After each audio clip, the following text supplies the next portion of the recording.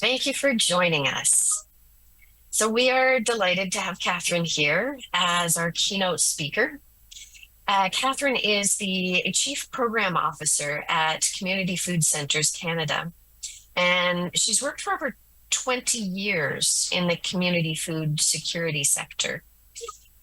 She spent 6 years as program director at the Stop Community Food Centre, where she helped to develop the community food center program model and then scale it nationally. In 2012, she helped launch Community Food Centres Canada. So please join me in welcoming Catherine for her talk, More Than Just Food, What Can We Do to Get Beyond the Emergency? Thank you, Anne, and hello, everybody. I can't really see you. It's always a bit odd, isn't it, presenting in this format, and I'm sure you're tired at the end of the day, so I hope you'll be able to stick with me here or not. Go get coffee. We'll never know. So I'm going to share my screen. So the issues I was asked to speak to today are issues that have been core to us since we started this organization, and before that in the work that inspired us to start Community Food Centres 10 years ago. Thus, some of what I'll be talking about is really what we do in our core work and why, but I'll also try and relate it to those of you who are working in community food organizations that are part of the Ottawa Food Bank Network, as I understand many of you are, and then also to try and talk about some of maybe the broader policy issues and so on that may be of interest to those who are not so directly involved in grassroots programming. As I'm sure you've already touched on today, food security is a massive and unacceptable problem here in Canada, affecting now 5.8 million Canadians, which is astonishing. The growth in recent times exacerbated by COVID, and as we know, really getting to even more of a crisis with the current inflation situation and a looming recession and so on, and the pandemic, of course, the elephant in the room that shall always be named. It's closely linked with poverty and social inequality. And the big picture is that those of us working in food charities are taking a variety of direct, immediate, creative, hopeful approaches to addressing the issue, while always having to face the reality that what we can do is inherently limited in scale. And this is a difficult place to be and to navigate through, especially when so much emphasis and almost blind faith has been put in the role of charities and picking up the slack when the social safety net sags or fails.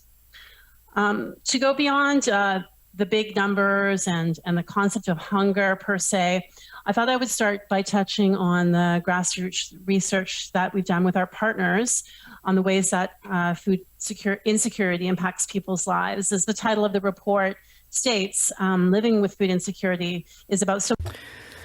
Donc, de vivre avec l'insécurité, ça va bien au-delà d'avoir faim de temps à autre. Et c'est bon d'entendre les gens. Vous pourrez lire ce qui apparaît à l'écran pendant que je parle. Il s'agit donc de gens qui se sont fait entendre dans le cadre de ce rapport. L'insécurité se répercute sur la santé physique, mentale, sur la capacité des familles à fonctionner, de participer à la culture, à la collectivité, et les gens sont souvent privés de la vie sociale à cause de l'insécurité alimentaire. Ça peut même les empêcher d'avoir un travail ou de garder un travail ou de suivre un programme de formation ou d'aller à l'école.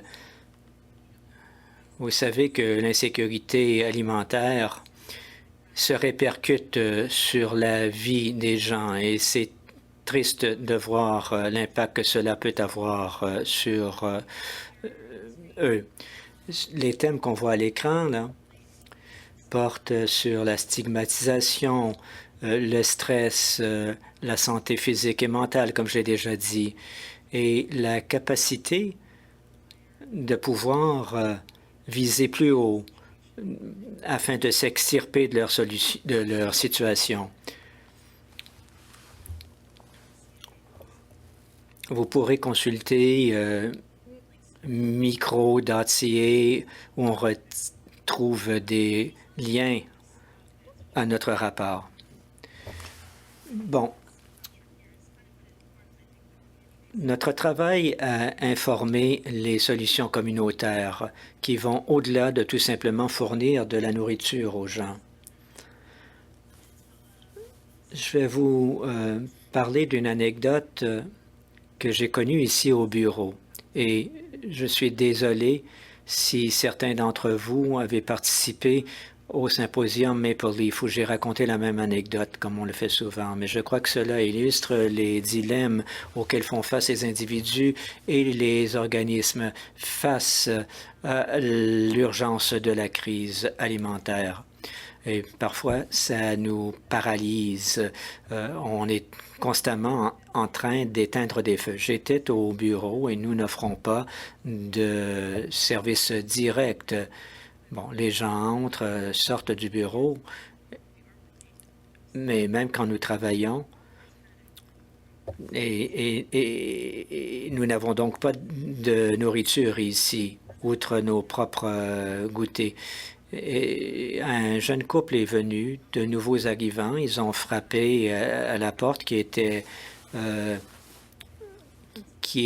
verrouillée. Ils cherchaient à se nourrir.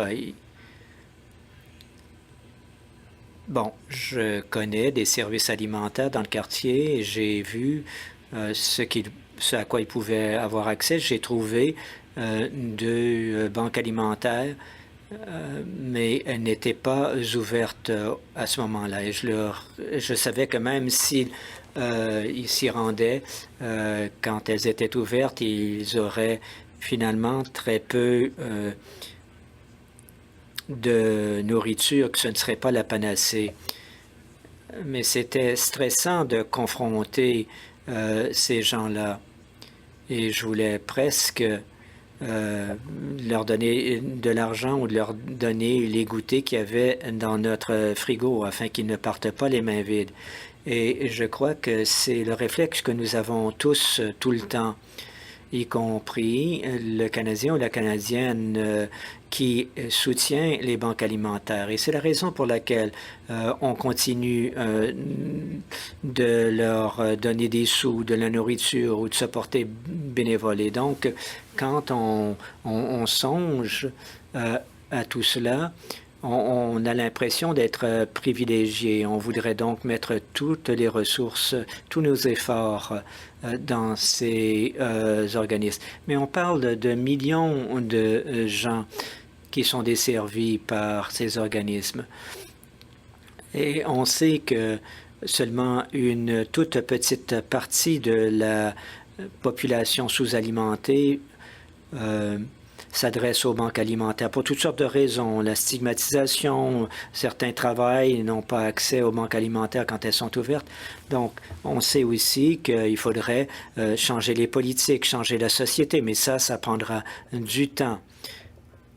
Et malgré les années qui passent, on n'arrive pas à changer le système. Donc, en tant qu'individu, très souvent, il faut tolérer cette ambiguïté et apprendre à se discipliner face aux besoins. Il faut travailler tant au niveau microscopique que macroscopique. Voilà donc le contexte dans lequel nous avons formé Canada Food Centers Canada, les centres alimentaires communautaires du Canada. C'est un organisme qui agit à différents paliers pour tenter de maximiser les interventions, les activités, les programmes qui permettront aux individus d'avoir accès à l'alimentation. Et comme on l'a dit dans mes notes biographiques, on s'est servi du modèle qui avait été développé dans un organisme torontois qui avait commencé comme banque alimentaire, mais qui avait élargi ses activités sur la scène politique, travaillait donc à mettre fin à la pauvreté, et ainsi de suite. le centre alimentaire. Ce qu'on illustre ici, c'est un endroit où les gens peuvent se réunir, manger, jardiner ensemble, trouver accès à certains services ou de passer à l'action et, dans certains cas, d'avoir accès au soutien d'urgence. Nous espérons que ces centres alimentaires constituent un bon modèle pour permettre aux gens de s'alimenter sans être stigmatisés et leur permettre d'établir des liens avec d'autres personnes. Les jeunes peuvent apprendre à cuisiner, les aînés peuvent se réunir, s'amuser ensemble. Chaque centre a sa façon de fonctionner. On peut avoir l'impression donc de mieux contrôler son alimentation dans les contraintes, à la lumière des contraintes de la pauvreté. The toll of poverty and food insecurity. C'est compliqué, la faim. Et les programmes doivent offrir diverses façons. Je vais vous mentionner qu'il y a quelques jours, j'étais à Ottawa en visite avec nos partenaires, le Parkdale Food Center, un excellent organisme qui travaille avec nous. J'ai vraiment senti l'esprit de ce travail. Si vous êtes d'Ottawa et vous ne les connaissez pas, vous devriez vous renseigner. Et la plupart d'entre vous les connaissent probablement. Alors, pour vous donner une idée, cette diapo vous montre tous ces aspects. Je ne vais pas parler de la promotion de la santé, mais la défense des droits. Et voici des photos qui ont été recueillies pour notre 10e anniversaire, dans une présentation que j'ai faite lors de notre sommet annuel, qui n'est plus annuel d'ailleurs. Ça ne fonctionne plus depuis quelques années, mais notre plus récent à Toronto. Et ça, c'était une photo de chacun des 15 organismes avec qui nous travaillons. Des agriculture, des repas, de la chasse, préparation de repas, nos partenaires autochtones. Je vais passer tout cela en revue rapidement. Si vous voulez aller les voir, on ne va pas faire ça nécessairement aujourd'hui, mais les présentations seront disponibles plus tard, je pense. Les objectifs stratégiques des centres, l'impact, les organismes, de son alimentation, où sont les centres avec qui nous travaillons. Il y en a 15, il y en a d'autres qui sont en voie de développement. Les petits points sont les organismes avec qui nous sommes partenaires par Good Food Organizations, un réseau.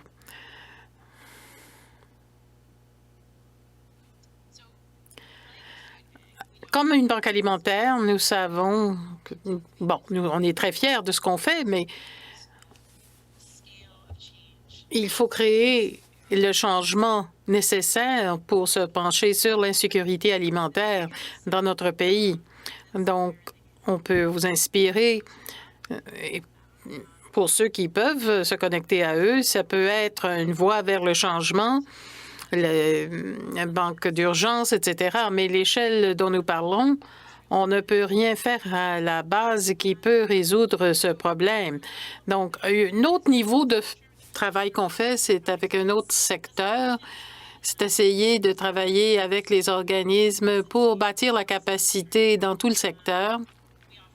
Nous offrons de la formation, des petites réunions, des rencontres de toutes sortes. On espère inspirer les autres et qu'ils inspireront encore d'autres à leur tour, afin qu'on puisse travailler ensemble pour essayer de faire progresser les plus grands problèmes qui touchent l'insécurité alimentaire dans nos communautés. Alors, j'aimerais aller un peu plus en profondeur sur les principes. Ce sont les principes qui relient tous ces organismes. Ce ce n'est pas prescriptif, c'est des aspirations. Les gens essaient de participer. Ils ne veulent peut-être mettre tous ces principes en jeu, mais ils peuvent faire toutes ces choses-là. Ils vont peut-être déjà faire tout ça. Il y en a peut-être qui sont pertinents et d'autres moins. Mais on partage nos principes et nos lignes directrices. Pour aller en plus de détails et vous donner une idée de notre évolution, alors qu'on travaillait comme banque alimentaire et qu'on est devenu un ensemble de programmes plus larges, c'est peut-être pertinent pour certains d'entre vous. On a les règles. Ce ne sont pas vraiment des règles au sens strict et plutôt des règles au sens joyeux, mais c'est peut-être pertinent pour ceux d'entre vous qui offrent des programmes d'alimentaire. Il y a par exemple le genre de nourriture qu'on veut présenter. Le premier principe, c'est qu'on agit de l'individu jusqu'au système. C'est important de travailler à divers niveaux. Comme je l'ai mentionné, on peut aider des individus en situation d'urgence, les enfants, les aînés, mais il faut aller jusqu'au niveau systémique autant que possible et faire quelque chose pour ces problèmes plus grands. Certains exemples seraient offrir des programmes complémentaires qui vont au-delà des besoins de base, que ce soit de l'aiguillage, information, des repas communautaires, appuyer la santé, faire en sorte que les gens connaissent leurs voisins, s'impliquent dans certaines questions. Certains vont regarder vous n'avez pas de personnel consacré à ça. Vous pouvez peut-être aider d'autres organismes, des campagnes, des cartes postales, n'importe quoi, pour militer en faveur de ces principes. Deuxièmement, nous croyons et investissons dans le pouvoir de la bonne nourriture. Le véhicule que nous utilisons peut avoir un impact sur la santé à long terme. On n'essaie pas de faire honte aux gens sur leur choix alimentaire et on ne prêche pas, mais on pense que les gens méritent les meilleurs aliments. Parfois, ce sont les aliments les plus difficiles à obtenir quand on a un faible revenu. Le gaspillage n'a pas été très bien géré. Ça peut endommager l'esprit et la santé. Les aliments très transformés et peu chers sont disponibles, tandis que les grains entiers, les légumes et les fruits ne sont pas aussi disponibles. On sait que les organismes font des choix. Quand on a le choix, on agit pour avoir les meilleurs aliments possibles.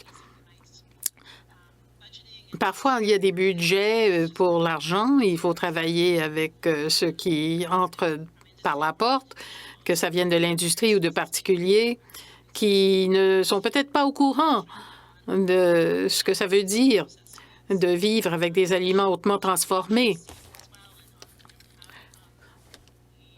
Souvent, on n'a pas l'équipement nécessaire pour réfrigérer les aliments frais. Souvent, les organismes ont quelque chose comme une politique d'aliments sains. Il s'agit de genre d'aliments qu'ils essaient de distribuer et des choses qu'ils ne vont pas accepter ou distribuer. Servir des repas de bonne qualité, très nutritifs, très bons au goût. Avoir un chef parmi le personnel, pas tout le monde peut le faire, mais bon. Et être au courant de la composition de la communauté, qu'est-ce qui est approprié culturellement, etc. Nous créons un environnement de respect, de leadership communautaire, tout dans l'organisme, que ce soit l'environnement physique, les processus, la culture du personnel, sont fondés sur la valeur intégrale de tous ceux qui entrent dans notre espace et de la valeur inhérente de tout le monde. Parfois, il s'agit de se débarrasser des symboles de charité, la stigmatisation, la perte de dignité. C'est peut-être être une entrevue longue, faire la queue longtemps, justifier pourquoi vous avez besoin de nourriture. Et souvent, c'est très évident que les gens en ont besoin. Ce n'est pas quelque chose que les gens vont chercher s'ils n'en ont pas besoin. Leur donner le choix autant que possible, surtout que quand c'est un choix véritable et non pas par parure. Pas quelqu'un qui va vous suivre partout et faire la police sur ce que vous choisissez. S'assurer que l'espace lui-même soit gai et qu'il respecte tout le monde qui entre. Ça peut commencer par une couche de peinture, c'est pas très cher. On pourrait peut-être penser à un nouvel édifice, un nouveau site qui a des belles fenêtres, une belle luminosité, une belle cuisine.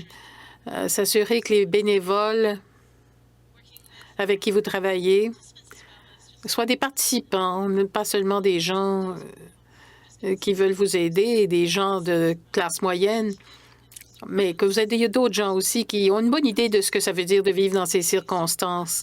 Et non pas seulement stigmatiser les gens par leur attitude. On essaie d'avoir 50 de participants de la communauté et former les bénévoles aussi pour qu'ils comprennent bien l'inclusion et l'équité. Je vois que vous me hochez de la tête. Il s'agit de l'heure, c'est ça? Bon, d'accord. Je vais fermer avec les principes, rencontrer les gens là où ils se trouvent. Vous pouvez lire le poster. Il s'agit de se pencher sur les obstacles, les barrières, essayer de créer diverses entrées aux organismes et ne rien présumer sur les compétences des gens. Et essayer de mettre la barre haute. Ça veut dire, voici du travail qui doit être fait. Ne pas avoir honte de dire combien ça coûte. Essayer d'avoir le personnel, la transparence, la redevabilité nécessaire. Je dirais rapidement que les banques alimentaires ont des atouts, des défis. Ce sont des véhicules de changement. Ça peut être difficile quand vous êtes petit. Vous avez peut-être l'ancienne garde qui aime le modèle ancien, mais ce n'est pas impossible au fil du temps. Il y a toujours des nouveaux qui vont se joindre à vous, même si vous en perdez certains. Du côté positif, les banques alimentaires ont beaucoup d'appui de la communauté. On leur fait confiance. Ils ont une base d'appui qui on peut se fier quand la vision est claire. Vous pouvez être surpris de l'argent qu'on peut mobiliser quand on décide de se transformer. Vous pouvez élargir certains programmes graduellement sans nécessairement le faire du jour au lendemain. J'allais parler des questions de politique seulement pour dire qu'au plan national, nous espérons créer une voie partagée. Beaucoup d'associations de banques alimentaires, associations provinciales, s'alignent sur les mêmes questions qui nous intéressent sur la sécurité du revenu, améliorer, par exemple, l'assurance emploi ou au niveau provincial, augmenter l'assistance sociale qui est très, très faible actuellement. On utilise le système fiscal pour avoir des avantages fiscaux pour des gens qui ne travaillent pas, qu'on inclut tout le monde du certain âge. Et ça peut aider ceux qui sont sur le système d'assistance sociale. Ça peut créer un impact sur le supplément de revenus garanti pour les aînés ou la prime pour enfants, etc. Essayez de créer... Excusez-moi, Catherine, j'allais simplement dire il va falloir mettre fin à cette présentation. Malheureusement, nous n'avons pas le temps pour des questions à ce moment-ci. Si vous en avez, mettez-les dans le clavardage. On va essayer d'obtenir des réponses pour vous après la séance. Comme je l'ai dit tantôt, je sais que la notion de tolérer l'ambiguïté est essentielle pour le travail que nous faisons. C'est complexe, la sécurité alimentaire. Donc, je vous remercie d'en avoir parlé et pour toute l'autre information que vous nous avez fournie aujourd'hui. Je vous demande tous de remercier Catherine de nous avoir parlé. Maintenant, Rachel va faire une déclaration de clôture, notre PDG. Je demanderai donc à Rachel de venir se joindre à nous maintenant. Bon, parfait. Merci beaucoup. Merci pour votre patience, tout le monde. Je voulais simplement dire quelques remarques de clôture. La semaine dernière, j'ai entendu quelqu'un qui a parlé à un symposium semblable sur changer la direction de l'eau. Et cette métaphore m'est restée à l'esprit. Il disait que si une communauté doit déplacer un ruisseau, tout le monde se réunissait et tous les gens étaient nécessaires pour que ça fonctionne. Tout le monde ramassait une roche, tout ce qu'il pouvait porter et la mettre dans l'eau. Certains avaient des grosses roches, d'autres des petites pierres, ce qu'ils pouvaient. Mais tout le monde travaillait ensemble et plaçait leurs roches, leurs pierres afin de diriger l'eau là où il se doit. Je pense qu'aujourd'hui, c'est une autre étape semblable. On redirige le ruisseau. Ce qu'on a fait jusqu'à présent ne fonctionne pas. Il faut faire autre chose. Il s'agit de travailler ensemble comme collectivité, porter la pierre qu'on peut porter actuellement. Pour certains d'entre vous, la pierre va être plus petite à cause de la capacité et défis auxquels vous faites face. D'autres vont pouvoir prendre une pierre plus grosse et le gouvernement va prendre la plus grosse roche et la mettre dans l'eau. Toutes les pierres sont très précieuses. Je veux remercier tous nos conférenciers d'aujourd'hui et je veux remercier Anne Miller qui a travaillé avec le comité pour organiser la séance et tout le personnel, les partenaires. Merci aussi à chacun d'entre vous d'avoir été ici. Je sais que les temps sont durs. Le quotidien devient plus difficile, les heures plus longues. On vous remercie d'avoir été là aujourd'hui et donné votre journée. J'espère que vous avez identifié certaines idées que vous pouvez mettre en œuvre demain et commencer à mettre votre pierre dans notre ruisseau collectif. J'espère que l'année prochaine sera encore meilleure. J'espère qu'elle sera en personne. J'espère que je n'ai pas empêché cela. Je suis superstitieuse, mais bon. Il y a un lien dans votre trousse de délégués. Nous vous demandons votre rétroaction, ce que vous avez aimé, ce que vous aimeriez voir l'année prochaine, afin que la conférence soit aussi fructueuse que possible. Sur ce, je vous souhaite une bonne soirée et je remercie tout le monde qui a participé pour que ce soit un grand succès. Merci.